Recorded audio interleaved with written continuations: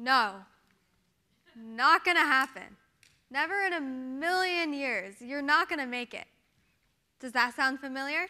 Well, if you're an aspiring young person who wants to accomplish something amazing, you're likely to hear this phrase quite a bit.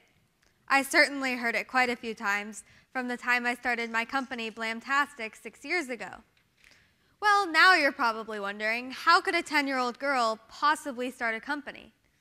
Well, it all started about 6 years ago, when my mom was reading an article in the Wall Street Journal about how few female CEOs there were in Fortune 500 companies. At the time, there were only 12.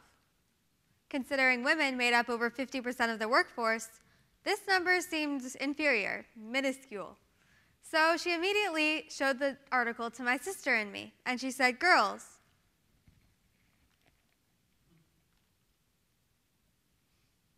there's the Wall Street Journal." And she showed the article to my sister and me, and she said, "Girls, what do you think of this?" And we said, "Well, gosh, that stinks, Mom." So she said, "Girls, if you ever have an idea for a business, I'll support you." Well, come a couple of weeks later, I am looking for my lip balm, and I say, "Mom, where's my lip balm?" And she said, "Blam? That'd be a great name for a lip balm company." So Blamtastic was born. Our first step was we went in my lip balm drawer. And like any other fourth grade girl out there, I had exactly 24 tubes of lip balm sitting in there. And as we began to look through the ingredients, we noticed a common trend. They were all made of inferior ingredients, really low-quality products that were not natural. So we decided from then on, if we were going to make lip balm, we were going to make only the best quality of ingredients, and we would improve upon the form, the function, and the fun of the products on the market. So we cooked it up in our kitchen. We ordered a bunch of ingredients off the internet, and literally with a pot and a spoon, we were cooking it up in our kitchen. And we ruined all of our pots in the process. But nonetheless, we came up with a really good product. It was all natural, and it was really good stuff. We had a great formula going, and that was our magic Blamtastic recipe, our secret formula.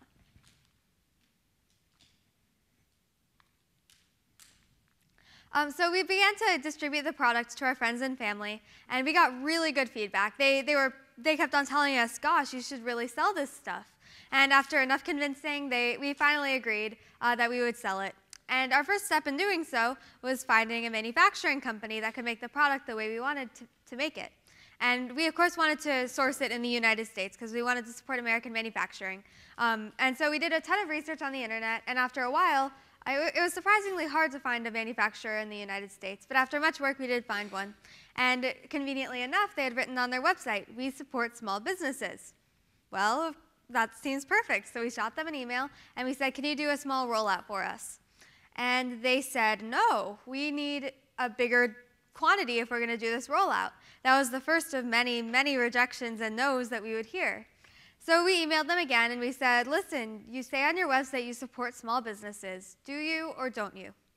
And after some more back and forth, they finally agreed to do the rollout for us. And I know that they're really happy they did that, because they're our manufacturing company to this day.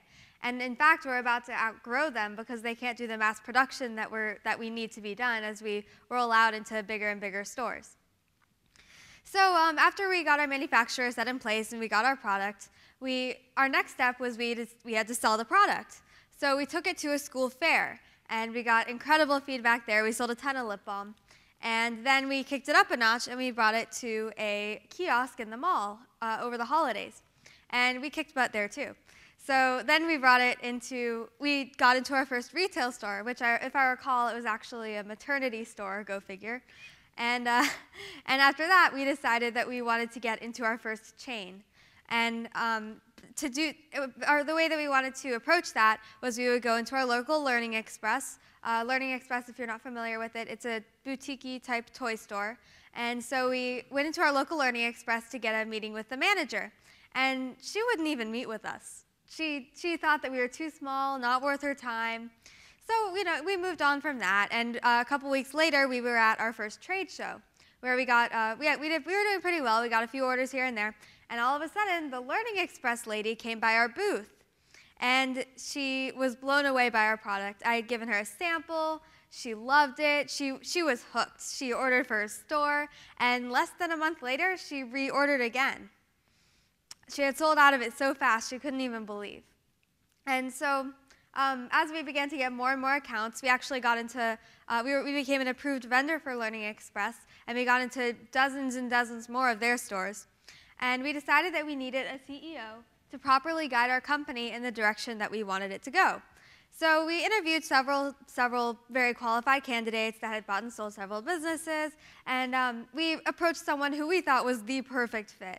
He had experience in the personal care industry. He was very successful. He just seemed like the ideal fit for our company. Well, that relationship turned from amazing to ugly really, really fast, because he sat across from us at one point and told us that we would never be worth his time and that we were too small for him. Well, fast forward about 3 years later, we are now sold in thousands of stores nationwide. We export to 3 countries internationally, and we're about to expand into one of the largest retailers in the world. We're doing our first rollout in December.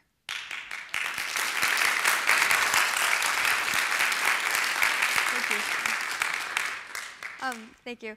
And I will say, though, it was not an easy process getting to that point. It took a ton of really late nights, juggling between school and home, this other job that I have. I mean, school itself is a full-time job, and then I have this on top of it. Tons of trade shows, standing on my feet for 12 hours at a time. It was not an easy task to get this far in our company. But I will say, I am living and walking proof that it's possible. It is not an impossible task. Another thing, any of those points where people told us no, the manufacturing company, the lady at Learning Express, the CEO, that one was really tough. He was a very qualified business person who told us that we couldn't do it.